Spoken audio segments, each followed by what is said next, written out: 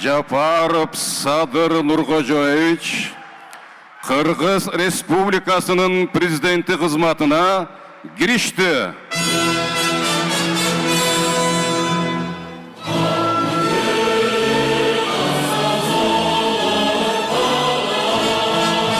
2026 жылдын 28 января Садыр Нуркожоевич Жапаровдун Кыргыз Республикасынын президенти болуп ишке киришине туура 5 жыл толот. Бул мезгил өлкө үчүн жөн гана календардык дата эмес, кризистен кийин кандай жол тандаганын баалоого мүмкүнчүлүк берген маанилүү чек.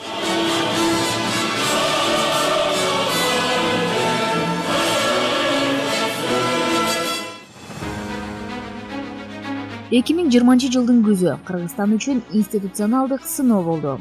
Парламенттик шайлоодон кийинки саясий кризис пандемиянын кесепети менен дал келип, экономика дээрлик токтоп калган.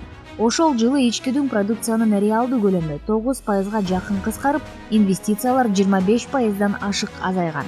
Мамлекеттик саясат өнүгүүгө эмес, кризисти көзөмөлдөөгө багытталган шартта жаңы бийлик туруктуулукту калыбына келтирүү милдетин алдына койду. Кыргыз Республикасынын конституциясын так аткарууга, элибиздин биримдигин жана мамлекетибиздин бүтүндүгүн, коопсуздугун сактоого ант беремин.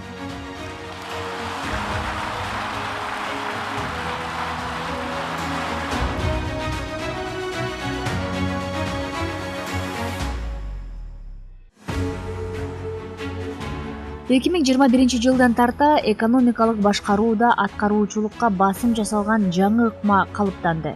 Натыйжада 2020 жылы 598 миллиард сомдун айланасында болгон ички дүң продукция 2025 жылы дээрлик 2 триллион сомго жетти. Реалдуу өсүш темпи 2025 жылы 11%дан ашып, Кыргызстанды аймактагы эң ылдам өсүп жаткан экономикалардын катарына чыгарды. Өсүш өнөр жайда, айыл чарбасында жана экспортко багытталган товарларда байкалды.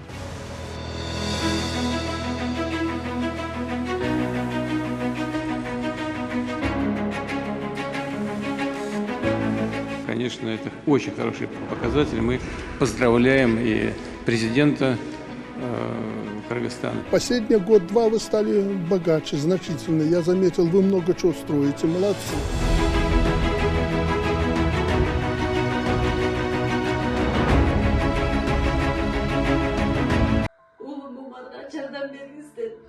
Балдарыңыздар урубасын, дуаңыздар кабыл болсун.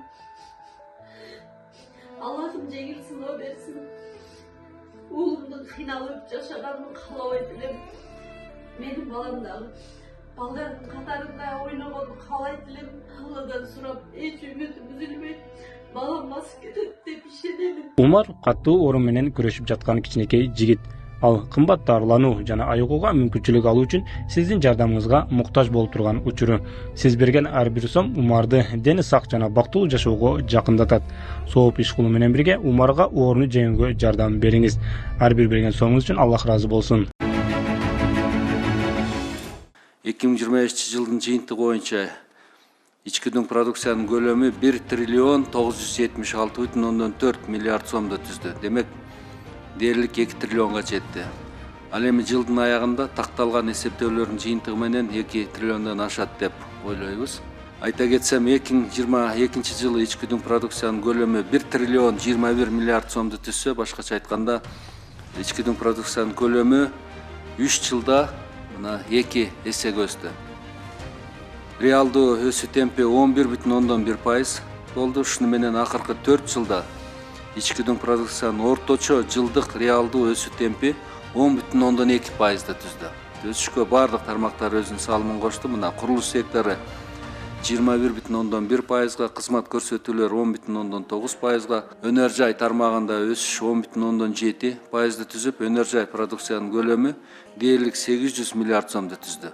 Бизде чындыгында болуп көрбөгөндөй буга чейин ушул катары менен бир нече жыл бою кескин секирик болуп өсүп атканы чындыгында биринчи жолу болуп атат. Саясий же экономия жагын алып караганда менимче бир топ чечүүчү бир факторлор орун алды. Эң биринчиси менимче пайдубалында эң түпкүрүндө жаткан маселе бул буга чейинки ошо 20-21 жылга чейинки болуп келген мамлекеттик башкаруунун акыбалы өтө бир кемчиликтер көп болгон да. Эффективдүүлүк өтө аксап туруп, коррупция деген жана башка ар кандай маселелерди айта кетсек болот, саясий туруксуздук жана башка. Ошондой акыбалдан экинчи бир чоң эмеси ингредиенти.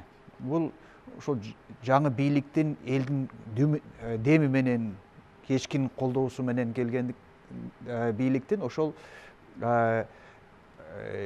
жоопкерчиликти, эл берген жоопкерчиликти чечкиндүүлүк менен кабыл алгандыгы. Азыр 5 жыл өткөндөн кийин артка калчап баал бергенде ар кандай сын пикирлер да болгон. Мен өзүм деле көбүнчө ошол сын пикирде болуп келгем. Анан кемчиликтерди деле ачык айтып, бирок бир нерсени моюнга алыш керек. Азыркы бийликтин деңгээлиндегидей чечкиндүүлүк, ушу бир нерсени кылыш керек болсо ыкчамдык менен чечим кабыл алуу жана ошол кабыл алынган чечимдерди ишке ашыруу боюнча менимче бул бизде чындап болуп келген эмес болчу. Экономикалык өсүш бюджеттик мүмкүнчүлүктөрдү да кеңейтти. Мамлекеттик кирешелер бир нече эсеге көбөйүп, социалдык объекттерди, жолдорду жана энергетикалык долбоорлорду каржылоо туруктуу негизге өттү. Эгер 2020-жылы бюджет тартыштыгы негизги маселе болсо, соңку жылдары каражатты кайсы тармакка багыттоо стратегиялык суроого айланды. Бул жана жолдорго, инфраструктураны оңдоого, ошол энергетиканын инфраструктурасын оңдоо, ар кандай бизнес инфраструктураны оңдоо, социалдык объектилерди жанакы мектеп болобу, дагы башка дарыканалар болобу, ошолордун баардыгына жана бир топ акчалар жумшалып атат. Жыйынтыгын берип атат деп айтып кетсек болот. Айлык маяналар көтөрүлүп атат. Бул ошол системалуу мамлекетте иштер болуп атат деп айтып кетсек болот, комплекстүү деп. Кыргызстан бүгүн мамлекеттүүлүгүнүн өзөгүн ишенимдүү бекемдеп жатат. Акыркы 4 жылдыкта Кыргыз Республикасынын экономикасы мурда болуп көрбөгөндөй ылдам темп менен өсүүдө. Албетте бул негизги тармактарды комплекстүү өнүктүрүүнүн жана мамлекеттик башкаруунун натыйжалуулугун арттыруунун жемиши болду. Соңку 3 жылда ички дүң продукциябыз орточо өсүү темпи 9,8% түздү. Быйыл да экономикалык активдүүлүк жогору бойдон сакталды. 2025 жылдын 11 айында ички дүң продукциябыздын реалдуу өсүшү 10,2%га жетип, эң жогорку көрсөткүчкө көтөрүлдү. Макроэкономикалык көрсөткүчтөр социалдык тармакта конкреттүү натыйжаларга айлана баштады. Акыркы жылдары ондогон мектептер, медициналык мекемелер жана өндүрүш объекттерди пайдаланууга берилди. Аймактарда жаңы жумуш орундары түзүлүп, инфраструктуранын кеңейиши элдин жашоо сапатына көз тазыр этти. Ипотека үйлөрдү көп салып атат. Врачтардын акчасын көбөйтүп атат. 100% мугалимдердин айлыгын көтөрөт деген бул абдан чоң жардам да. Сырт жакка чыгып келсең уже билинет да. Мына элдин баары талаала деле баарын жумушка орноштуруп атат. Үй жоктор деле каштап болсо да үйлүү болгула дейт. Үйүм жок деген кыргыз болбой калганга чейин стройканы жүргүзсөм деп атат. Ондо мисалы үчүн кыргыз тилинде сүйлөнүп атат да. Башка жерлерде мисалы үчүн буга чейин андай болгон эмес. Саясий жана экономикалык туруктуулук туризм тармагына да таасирин тийгизди. Ысык көлгө келген туристтердин саны пандемияга чейинки деңгээлге жакындап, тоо жана экотуризм багыттары активдүү өнүгө баштады. Туризм валюталык түшүүлөрдү көбөйтүп, аймактык экономиканын кошумча булагына айланды. Тоо ыжасына бара турчу 7 километр жол асфальтталды. Мындан тышкары ири долбоор болгон, ушу улуттук долбоор болгон Алатоо резорт эс алуу комплексине дагы бара турчу жолдор башталды, асфальт төшөлүп. Бул дагы бардыгы нерсе ушу эс алуучуларга шарт түзүү максатында болду. Жылдан жылга ошо эс алуучулардан түшкөн салыктын көлөмү да көбөйдү. Болжол менен 700 миллиондун тегерегиндеги салык түштү. Кыргызстанды абдан жакшы көрөм. Жаратылышы, тоолору эң эле кооз. Ал кооздукту мына биз спортчулар жакындан сезип, көрүп атканыбызга аябай кубанычтамын. Настроение боевое, супер. Спорт дает здоровье. Маанай өтө сонун. Бул спорт сергек жашоого дем берет. Мындагы атмосферада керемет. Өзүмдү эркин сезем. Ал эми Кыргызстандын тоолоруна сөз жок. Тянь-Шаньдын тоолорунан биринчи орунда турат. Ар бир аймактын өнүгүшүнө миллиарддаган сомдор багытталып жатат. Биз жолдорду, көпүрөлөрдү, мектептерди, ооруканаларды, маданий жана спорттук объектилерди куруудабыз. буга чейин мындай көлөмдөгү каржылоо тууралуу кыялдануу гана мүмкүн болсо, бүгүн өлкөнүн бардык булуң бурчуна каражат бөлүп берип, тең салмактуу өнүгүүгө шарт түзүүдөбүз. Ал эми курулуш тармагы экономикалык өсүштүн негизги индикаторлорунун бири болду. 2025 жылы курулуш продукциясынын көлөмү 438 миллиард сомдон ашып, бир жылда 20%дан ашык өстү. Мамлекеттик ипотекалык программалардын эсебинен миңдеген жарандар жаңы батирлерге ээ болушту. 2025 жылы жарандарыбызды батир менен камсыз кылуу боюнча тарыхый жыйынтыктарга жеттик десек болот. Мамлекеттик ипотекалык компания мурда болуп көрбөгөндөй жогорку темпти көрсөттү. Ушул жылы эле 4600дөн ашык үй бүлө батир алды. Бул акыркы 4 жылдагы жалпы берилген турак жайлардын жарымын түзөт. 2021 жылдан бери өлкө боюнча 9250 үй бүлө өз үйлөрүнө ээ болду. Менин үйүм мамлекеттик программасы чыныгы элдик долбоорго айланды десек болот. 2025 жылы турак жай курулушун каржылоого көлөмү 40 миллиард сомдон ашты. Бул мурунку жылдарга салыштырмалуу бир нече жүздөгөн, миңдеген эсеге көп дегендик. Ушу тапта Ордо калаада эң ири ипотекалык долбоор ишке ашырылып жатат. 35-40 кабаттуу ипотекалык турак жай комплексинде 4160 батир курулууда. Жалпы 13 гектардан ашуун аянтты ээлейт. Бул өлкөдө биринчи жолу салынып жаткан эң бийик турак жай. Демек сапаты өзгөчө көзөмөлдө болот жана кем дегенде 8 балдык жер титирөөгө туруштук берет деп айтылууда. Негизинен республикалык бюджеттен биздин министрликке жыл башынан баштап 15,15 миллиард сом каралды.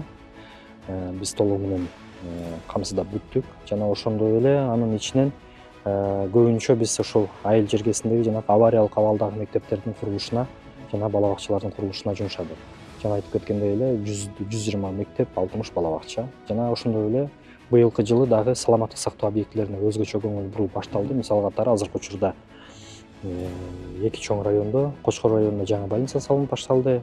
Ошондой эле Токтогул районунда жаңы больница салынып башталды и башка жерлерде дагы ушул больницаларды салуу боюнча жакшы жумуштар жүрүп башталды. Курулуштун бир өзгөчөлүгү, курулуш башталып иштелип атканда 100дөн ашык тармактар иштей баштайт. Курулуштун материалдарын алып келгенде 1000ден ашык. Турдагы суу ичтин убагында катуу өстү эле. Андан кийин бир уктап калып, мына азыр болсо курулуштун тармагы укмуш өсүп баратат да башка тармакка караганда алдыдан алга кетип атат. Бул эмнени билдирет? Бүгүн бир нерсени билдирет. Демек биздин мамлекетибиздин экономикасынын өсүшүн билдирет. Ошо курулушка кете турган инвестициялар, тармактар, оборотный капиталдардын өсүшүн билдирет. Мамлекеттин мүмкүнчүлүгүн бар экенин билдирет. Энергетика тармагында энергетикалык көз карандысыздыкты күчөтүүгө багытталган саясат жүргүзүлдү. ГЭСтердин модернизациялоо жана жаңы кубаттуулуктарды ишке киргизүү электр энергиясынын тартыштыгын азайтууга жана келечектеги суроо талапты камсыздоого багытталган. 5 жыл мурда жашыл энергетика боюнча көп жолу айтып чыгышкан бир топ пландар түзүлгөн, бирок көзгө илинерлик деңгээлде ишке ашкан эмес. Жашыл багытта чоң өзгөрүүлөр Садыр Нуркожоевичтин убагында гана пайда болду. Мына өзүңүздөр билесиздер, декабрда кеминде 100 мегаваттык күн станциясы ишке берилди. Бишкек полигонундагы завод 30 мегаватт электр энергиясын өндүрө баштады. Бишкек ТЭЦке жакшы кошумча жардам болуп жатканын белгилейм. Бул багыттагы иштер улантылат. Кийинки этапта басым санариптештирүүгө, жаштарга жана адам капиталына жасалууда. Өлкөнүн 2030 жылга чейинки өнүгүү стратегиясы антикризистик башкаруудан системалуу пландоого өтүүнү бекемдейт. Алдыбызга өтө дымактуу, бирок реалдуу максаттарды коюп, 2030 жылга чейин мамлекетти өнүктүрүүнүн улуттук программасын кабыл алдык.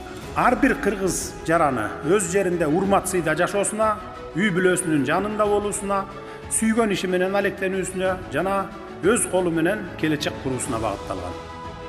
Демек, биздин максатыбыз ар бир адам эртеңки күнүнө чоң ишеним менен карап, өнүгүүгө, адал эмгектенүүгө жана татыктуу киреше табууга мүмкүнчүлүк түзүп берүү. 2020 жылы Кыргызстанды көптөр кризистен чыга албаган мамлекет катары баалаган. 2025-26 жылдары өлкө 2 орунду экономикалык өсүш, рекорддук эл аралык резервтер жана аймактык туруктуулукка кошкон салым менен мүнөздөлүүдө. Алдыда негизги суроо турат. Бул жетишкендиктер системалуу узак мөөнөттүү өнүгүүгө айлана алабы? Бирок 5 жылдык аралык бир нерсени так көрсөттү. Кыргызстан өз траекториясын кайрадан көзөмөлгө алды.